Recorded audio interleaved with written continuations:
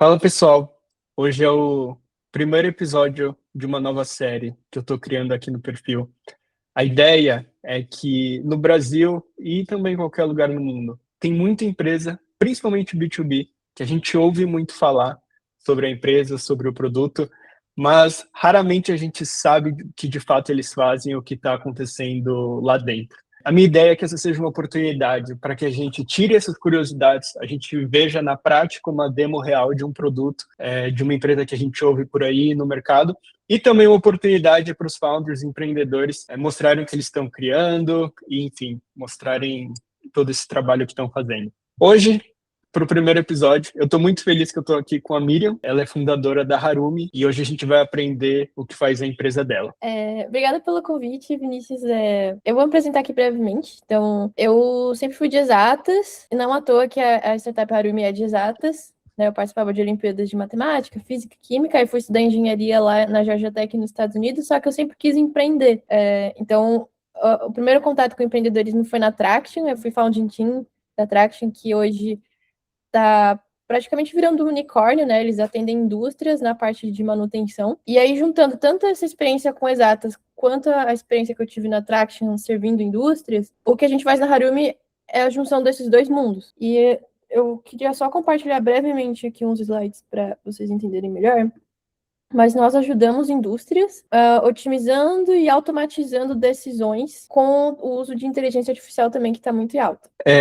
De onde surgiu a ideia da Harumi? É uma boa pergunta. Quando eu estava assistindo aula de um professor do ITA, ele criou um museu de matemática privado, que é um museu que ele fez com o dinheiro dele, chama Prandiano. E ele dá aulas lá. Tem gente que acha ele bem maluquinho. Se você vê as aulas dele, são muito peculiares. E ele é consultor de uma matéria que se chama pesquisa operacional, que é uma área da matemática aplicada.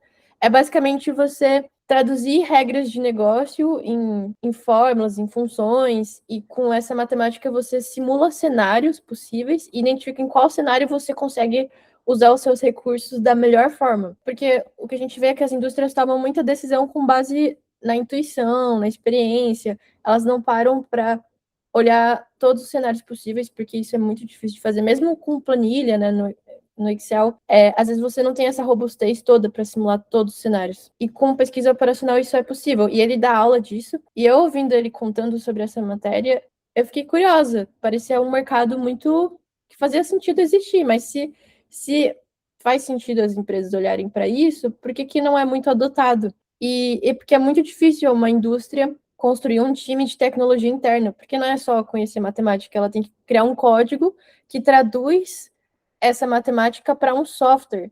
Então, a indústria ela não vai construir um time de tecnologia para isso. Geralmente, ela contrata uma consultoria. E aí eu vi a oportunidade de substituir consultorias, oferecendo a entrega de projetos personalizados com uso de inteligência artificial. A gente substituir ali uma McKinsey, uma Accenture da vida, com uma plataforma que ajuda a fazer isso mais rápido. Aí, coisa do professor que eu fui atrás, né, de pesquisa operacional, que é o nome da matéria, e vi que tinha esse gap. Pode ser aplicado não só à indústria, né? Focar em indústria foi uma decisão que a gente teve depois, e mais recentemente que a gente decidiu construir esse mapa aqui, que é focar ainda mais dentro de indústria, quais tipos de problema a gente vai focar também. Porque as aplicações são infinitas, né? A gente tinha que nichar.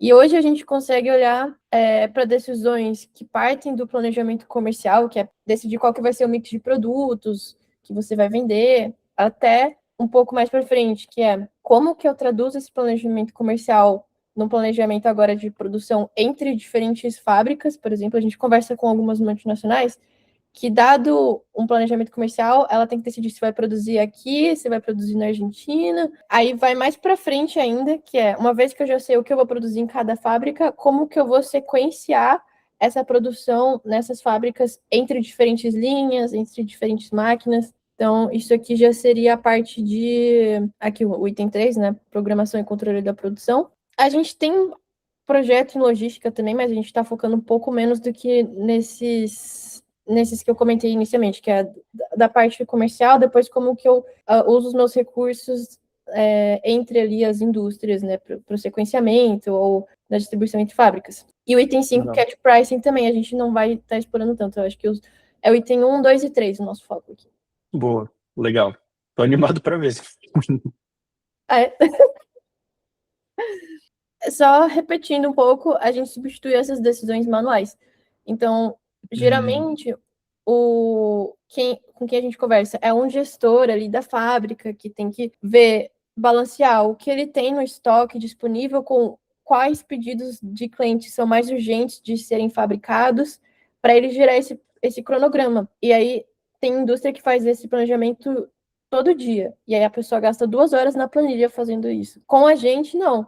A gente vai conversar com esse gestor, vai entender que regras que ele leva em consideração para fazer esse planejamento, transforma isso num código, e esse código vai automatizar essas decisões. E aí, para a empresa, tem vários ganhos, porque a gente já viu indústria que, por depender, esse planejamento depender de uma pessoa, esse cara não pode nem tirar férias. Se tirar férias, ninguém vai substituir. Ou, às vezes, essa pessoa sai porque recebeu uma outra proposta. Aí a indústria, ela fica ali travada, não, o conhecimento que estava na cabeça dessa pessoa não está em nenhum outro lugar. Então, a Boa. gente retira esse risco, e mais do que isso, tem um ganho, que é, uma vez que a gente consegue simular todos os cenários e prescrever o cenário otimizado, a indústria ela consegue produzir mais usando os mesmos equipamentos, né? Ela não tem que investir em CAPEX, comprar mais máquinas, e ela consegue diminuir o custo operacional.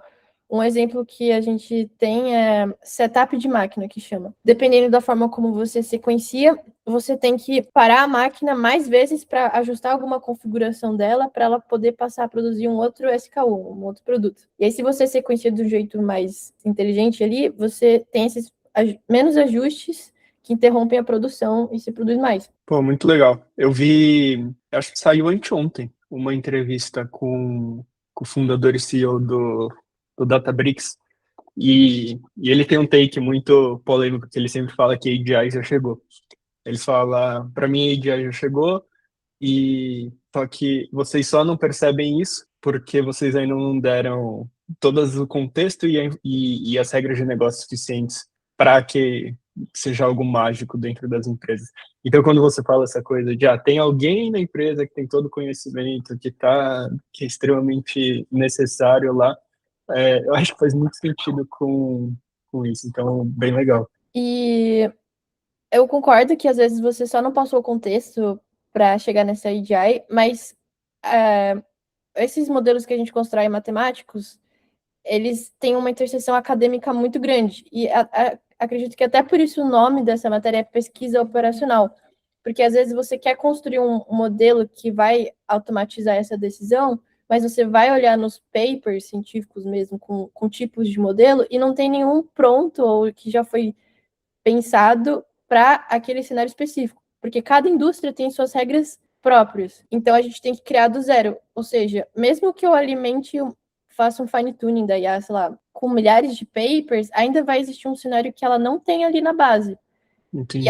E ela vai te entregar algo errado. E então é uma área que você necessariamente precisa ter um especialista que vai olhar o output da IA e vai revisar. Não tem como. Só para ver se eu entendi também. É, além de trazer as boas práticas, que já tem desse braço acadêmico, vocês também precisam criar essas novas boas práticas para cada indústria ou cada setor da indústria específico.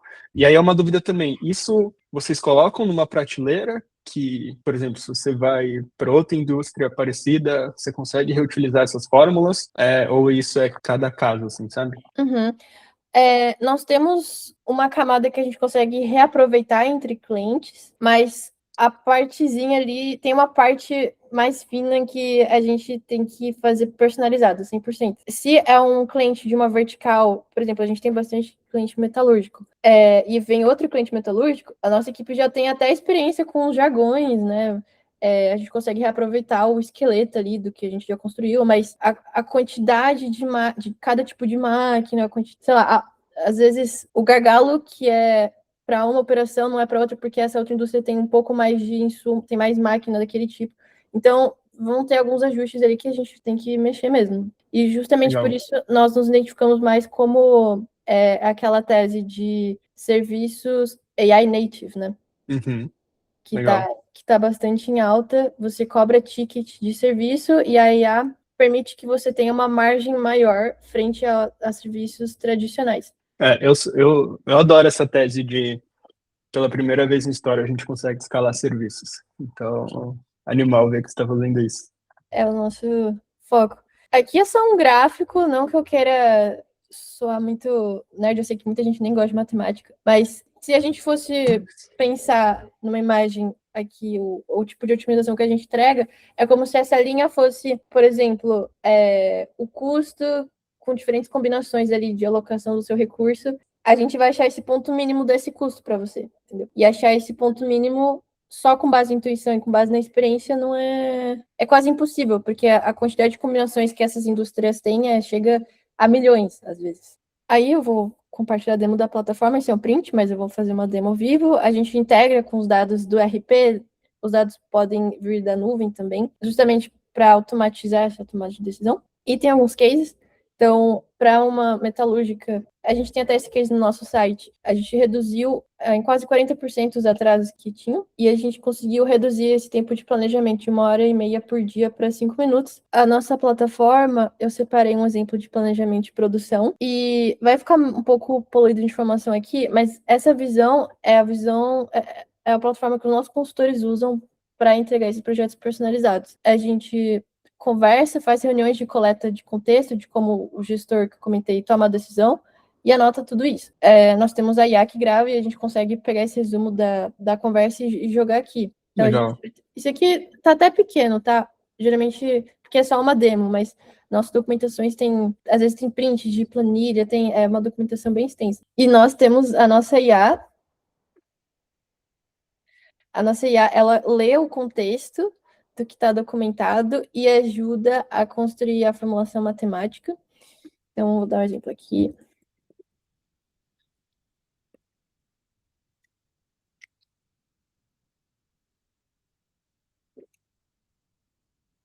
Entendi. Então, essa seria, né, a primeira parte, assim, de quando os consultores chegam no cliente, né? Então, vocês fazem todas essas entrevistas de contexto, coisa do tipo.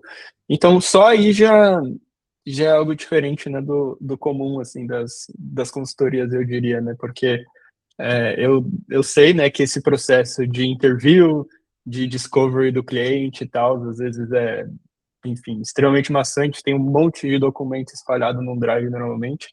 E aí, então, você centraliza tudo nesse documento, né? Isso. É centralizado, é colaborativo. A gente até imaginou que os nossos clientes poderiam nos ajudar a complementar aqui. Então, é igual o Google Docs. Múltiplas pessoas podem editar o documento ao mesmo tempo. Uhum. Mas no fim do dia, eles passam mais para a gente que documenta, né? Sim, legal. A nossa IA tá pensando a todo vapor aqui. Eu já vou ver o que ela escreveu. Tô falando outra língua pra gente aqui. Mas ela já está adiantando bastante coisa. E nós fizemos um fine-tuning da IA, apesar do que eu comentei, de que sempre vão existir cenários que ela não está preparada para criar. Uhum. Você pode, eu digo, o consultor, ele vai ver o que ela está escrevendo e vai direcionar, né? Então, igual o Copilot, a diferença é que a IA ela já está com os agentes que já sabem o passo a passo. Então, eu dei um prompt e ela já sabia tudo que ela tinha que fazer. Então, ela já gerou a formulação matemática e já gerou o código. Então, Entendi. E aí, assim, eu também vou fazer umas perguntas que talvez para você seja idiota, mas acho que é interessante para esse contexto aí, né? A sua tecnologia, ela já identifica pelo contexto que tem aí do lado o problema de negócio a ser resolvido, e aí a IA de vocês já tem todas essas fórmulas e, enfim, esses cases que dá para ser aplicado a esse problema? Aí é isso que aconteceu aí, mais ou menos? a gente alimentou a IA com vários casos, sim, para ela ser mais assertiva. A gente já fez uma comparação específica de pesquisa operacional, ela performa melhor. Então, sim, Ela tem Legal. uma base. Boa. A nossa IA, ela gerou código, a gente pega esse código e a gente põe aqui aqui internamente a gente chama isso de notebook. Uhum. E ele se assemelha ao VS Code. A gente criou toda uma infraestrutura que permite que eu execute esse código aqui sem você precisar sair da plataforma. E para os consultores isso é muito positivo, porque eles têm um conhecimento matemático, mas eles não são de infra, eles não são DevOps. Então, eles não têm que acessar a AWS para setar tamanho de máquina. Tipo, já está tudo configurado aqui de um jeito que ele pega esse código, cola, e a gente vai conseguir entregar para ele o output, mesmo que seja algo pesado, porque às vezes não, né? As indústrias, como elas têm muitas variáveis, você vai simular milhões de cenários, isso poderia levar horas para você simular tudo. Uhum. E nós temos, inclusive, licenças de solvers comerciais, que chamam. Então, aqui, inclusive, ele usou o Grob, ele está chamando o Grob, que é o que chama de solver comercial. Ele pega o código, ele vai cortar caminhos para você não precisar computar todos os cenários possíveis. Imagine que é um galho, assim. Tipo, ele começa calculando os cenários para cá, ele já percebe que o cenário ótimo não está por esse caminho, então ele já corta desde o começo. Então ele reduz muito a quantidade de contas e ele consegue te ajudar a entregar, sei lá, em segundos ou poucos minutos um resultado. Isso já está integrado na nossa solução, porque nós pagamos essa licença do Grob. Eu acho que um dos maiores ganhos é essa redução de complexidade de infra que a gente tem, né? Uhum. Aí tem outros documentos aqui, dá para a gente integrar, quando a gente vai puxar os inputs para esse modelo, dá para puxar do RP, como eu comentei, ou de banco de dados. Tem outros tipos de data source que não estão aqui no front-end, mas a gente já tem, dá para fazer pelo back-end, um pessoal de forma personalizada para cada cliente. E o mais legal que é o resultado de tudo isso que eu estou mostrando, porque os nossos clientes, eles não querem ver essa bagunça toda de código, de conta. Deixa eu compartilhar outra tela. Então, explicando essa visão que o nosso cliente tem, imagina que você tem uma fábrica, que você tem diferentes máquinas, elas estão operando ali ao mesmo tempo, só que não necessariamente essas máquinas, elas fazem a mesma coisa. E você precisa decidir com base em ordem de prioridade, né? Urgência dos seus pedidos, dos seus próprios clientes, como fábrica, você tem que sequenciar esses pedidos nessas máquinas da melhor forma. Eu comentei para reduzir atraso, para diminuir tempo de setup. Como que você faz isso? Esse dia aqui dessa demo tá bem tranquilo, tem máquina que ela não vai estar trabalhando todas as horas. E eu tô falando dessa parte aqui da tela, que é esse gráfico que vai dar o planejamento, e eu vou explicar como interpretar. Então, tem diferentes cores, porque cada cor é um tipo de produto que está sendo feito, e cada linha é uma máquina da sua produção, e elas estão funcionando aqui em paralelo. E aí você interpreta esse gráfico meio que da esquerda para a direita.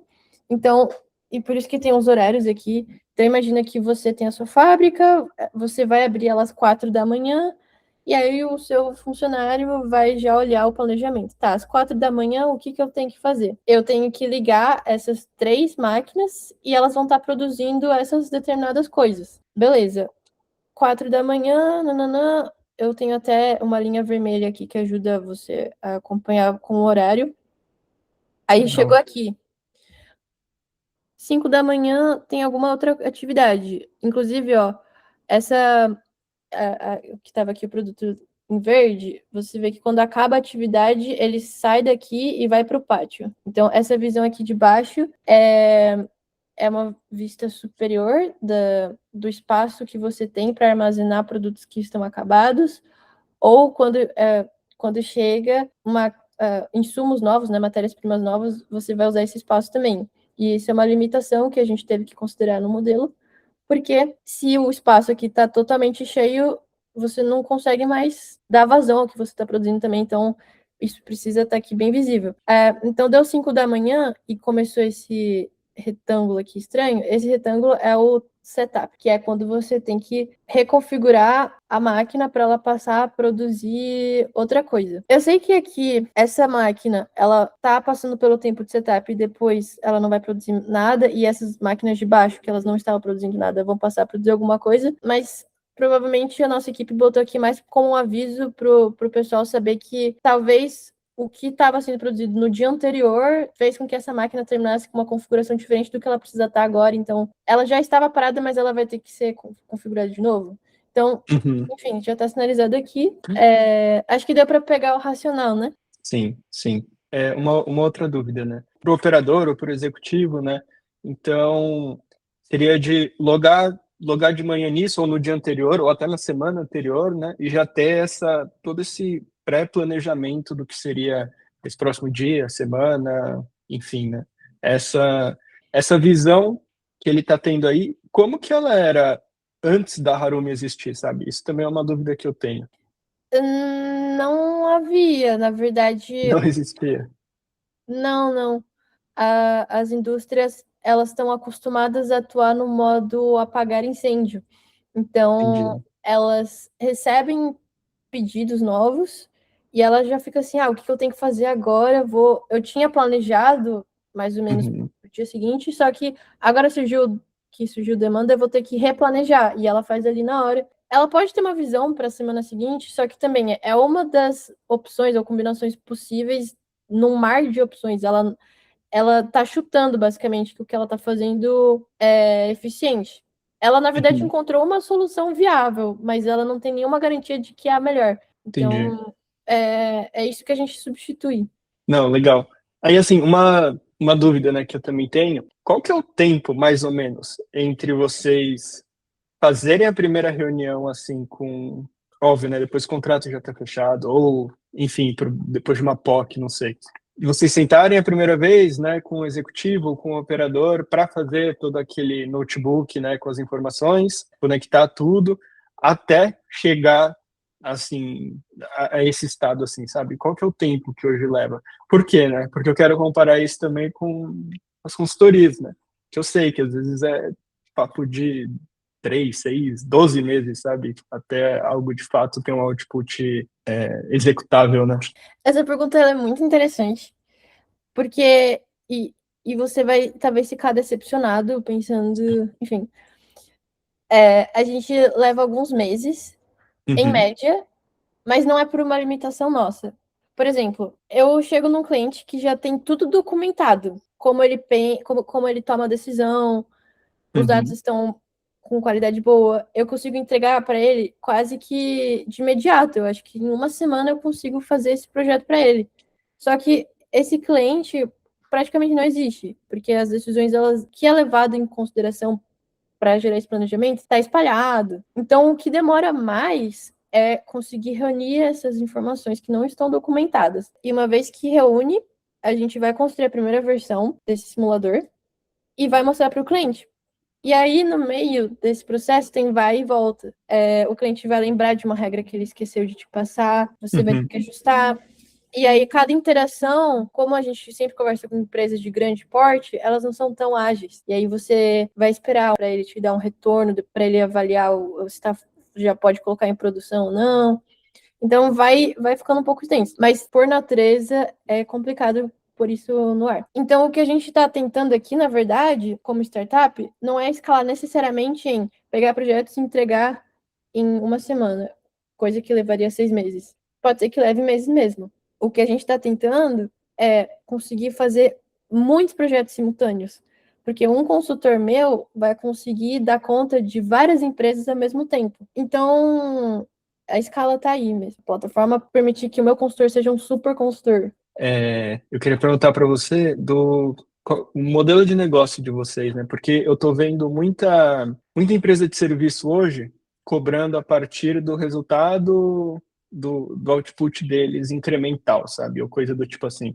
O nosso modelo de negócio é que nós somos bem early stage, então nós mesmos estamos testando várias coisas, mas a gente está variando entre success fee, então é que são casos muito específicos em que dá para fazer success fee, que você vai ter certeza que o impacto financeiro vai É. vir só da gente, e é muito arriscado você deixar na mão do cliente para ele dizer que sei lá, ele pode dizer que a redução de custo foi impacto de outra coisa e não foi a gente, entendeu? Uhum. Às vezes, do mercado, do clima. Sei lá, teve um pico de demanda e aí agora a gente vendeu mais, mas não é porque você otimizou. Enfim, Uhum. Então, são só casos em que a gente consegue comparar com um baseline anterior. E se não for assim, o mais comum é a gente cobrar um valor mensal, geralmente. Então, a gente fecha o contrato ali, fala assim, ó, nesse período a gente já imagina que a solução vai para o ar, só que a gente vai ter um período depois disso que a gente ainda vai estar dando a manutenção para a indústria. Porque vão surgir ajustes, ou o que mais acontece é a gente entrega esse projeto para uma área e a indústria quer continuar esse processo de digitalização para outras. Então, Entendi. acaba que a gente não teve nenhum churn até o momento. Porque quando acaba um, já emenda com o outro. E aí essa mensalidade ela tende a ser fixa, ao invés de ser a implementação, e aí passa a ser só um licenciamento. Uma coisa que eu também queria tocar assim no assunto, se você tem algum framework hoje para, né, assim, você consegue um cliente, exatamente o que que você está procurando naquilo. Se, por exemplo, você fala assim, não vou pegar mais esse tipo de cliente, ou só vou pegar esse daqui, sabe? Se já tem isso definido, como que você definiu isso? Sair dessa incerteza geral que é, pô, eu vou prestar serviço para uma empresa grande, tem tanto problema lá dentro, o que que a gente faz especificamente, ainda mais para achar esse preço parecido, sabe? Como que é essa jornada para você hoje? Porque eu sei que você está no meio disso, sabe? É early stage, coisa do tipo. A gente teve essa conversa interna para ver se focar em uma dor específica, uma vertical específica ia trazer mais velocidade e escalabilidade. E o meu sócio Ricardo, que é quem está tocando as consultorias, ele disse que não ia mudar muito tempo, porque esse trabalho de personalizar, ele vai existir em todos os cenários, mesmo que eu foque só em uma vertical e só em uma dor. Justamente porque no fim do dia, cada indústria ela tem suas próprias regras. Então, já que eu vou ter o trabalho de personalizar de qualquer jeito, ele disse que não fazia tanta diferença. Então, ao invés de eu restringir o meu mercado, por isso que a gente está sendo mais abrangente. Eu não estou ficando só em, sei lá, indústria automobilística ou só metalúrgica. Uhum.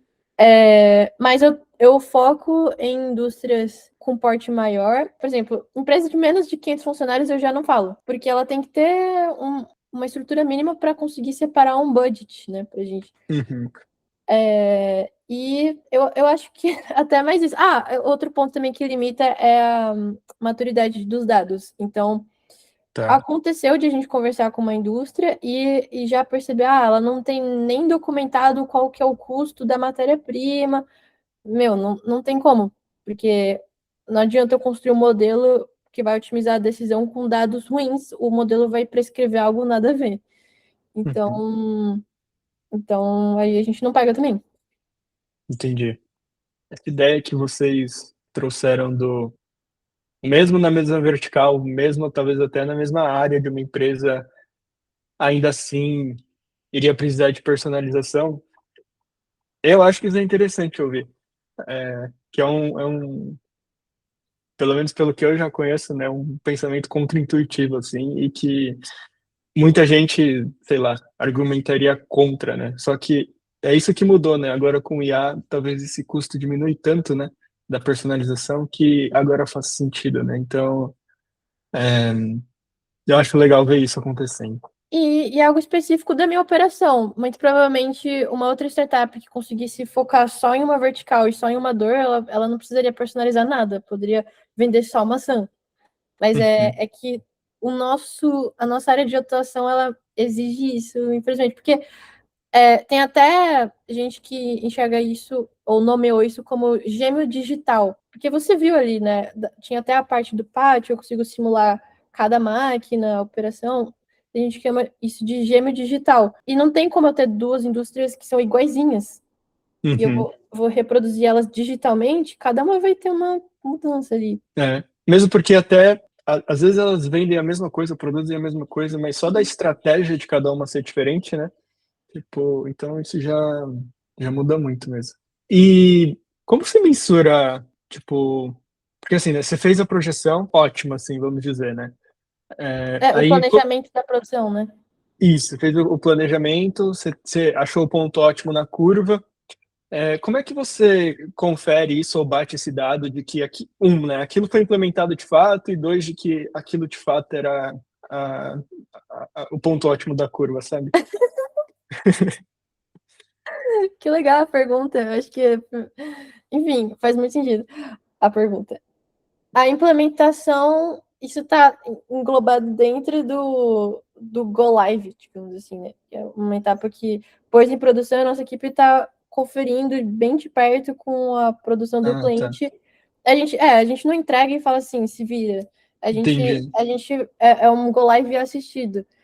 E aí o cliente, provavelmente no Go Live ainda vão ter ajustes, porque ele vai lembrar de alguma coisa que ele esqueceu e que precisa ir para o modelo. E aí ele vai falar, não consigo seguir essa regra porque, meu, sei lá, essa máquina não consegue reproduzir isso. E aí o nosso consultor vai lá e ajusta no código. E vai ajustando até não precisar de ajuste. Entendi. Então, mas a gente já está vendo de a nossa IA conseguir acelerar esses ajustes na medida do possível, sem depender de um consultor também. Inclusive, tem uma feature que a gente está desenvolvendo, que é naquela interface que prescreve para o nosso cliente alguma coisa, ter uma forma do cliente interagir com o resultado e fazer perguntas do porquê que aquele é o resultado indicado versus um outro que estava na cabeça da pessoa. E isso já aconteceu também. Teve um cliente nosso que falou: nossa, mas pô, pela minha experiência, dado tudo que eu tenho aqui para produzir, eu faria de outro jeito. E eu acho que isso que vocês estão recomendando tá errado. Tipo, por que tá indicando isso? Não, acho que tinha que ser outra coisa. E aí, a gente, a gente pensando, pô, acho que a gente fez errado então, porque o cara ali tá vendo o resultado e ele não tá vendo sentido. Então vamos olhar no código. Não tem bug. Aí a gente explicou, tá indicando isso aqui por causa disso, disso, disso, disso. Aí não tinha nenhum bug, mas era porque era uma recomendação tão contraintuitiva, ou porque o cliente nunca tinha seguido, nunca tinha feito algo naqueles Uhum. moldes, que, que aí ele ficou, nossa, então realmente existe um outro jeito que eu nem tinha passado pela minha cabeça. E aí a gente está criando essa IA para o cliente interagir e conferir que todas as regras que ele precisam que sejam seguidas estão sendo seguidas e não tem um bug, né? E aí essa IA ela reduz, inclusive, esse nível de suporte do nosso lado, que hoje, se o cliente tá com dúvida, a gente gasta um tempinho ali para resolver. Não, legal. E aí o segundo ponto, que é sobre como eu garanto que é um resultado ótimo. E eu não tô querendo falar que a minha solução é uma farsa, mas é que às vezes, assim, em alguns cenários não tem como eu garantir que o que eu tô te indicando é o ótimo. Porque tem várias formas de você resolver essas simulações considerando várias regras ao mesmo tempo. E às vezes o único jeito de eu te entregar uma resposta é simulando vários e dentre essas simulações achar qual que foi o melhor, mas eu não consigo te provar que esse que eu tô te indicando é o melhor possível, porque é como se fossem vários pontinhos, né? Eu vou coletar vários pontinhos e eu vou achar dentre esses pontinhos o melhor pontinho. Mas não quer dizer que eu vou simular essa infinitude de pontos, porque às vezes é tanto. E Uhum. pode ser que se eu testasse mais, eu achasse um outro pontinho melhor, mas Entendi.